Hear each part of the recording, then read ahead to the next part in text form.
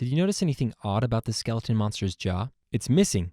In fact, it's at the bottom of his coffin. He's been dead for about 10,000 years though, so I guess your bones start to decay after a while. Also notice that there is a lock on the side of the skeleton's coffin. The lock and the jaw together should help you remember that Clostridium tetani can cause lockjaw, which is also known as trismus. We'll also add some bugs to the scene because you'd likely have bugs in your coffin after a few thousand years. Notice that these are snails. A snail has an outer shell that protects it, and similarly, spores produced by bacteria have a sturdy protective covering, making them highly resistant to chemicals and temperature. This allows bacteria to survive in harsh environments for a very long time. Spores are inactive, but can become metabolically active when environmental conditions are favorable. So we think a pretty good representation of this is an object with an outer shell. In this case, a snail. So snail for spore forming. Throughout our videos, we'll continue to use snails and other objects with outer shells to represent spores.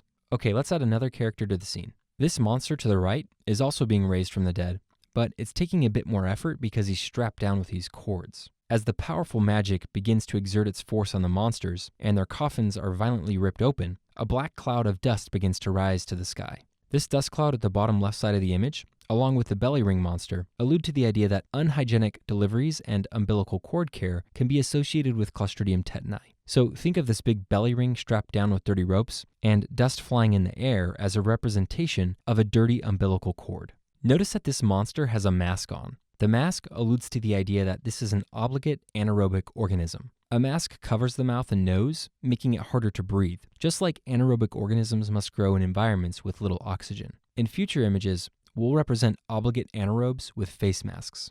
So face mask for obligate anaerobe. We've also added a creepy looking smile on this monster to help you remember that Clostridium tetani causes rhesus sardonicus, which is characterized by an eerie looking grin. Finally, notice that this monster has some horns. This is a reference to how the tetanus toxin works. It travels to the anterior horn of the spinal cord. So horn for anterior horn of the spinal cord. This whole process can be a bit hard to visualize, so let's pull up a figure to make things easier.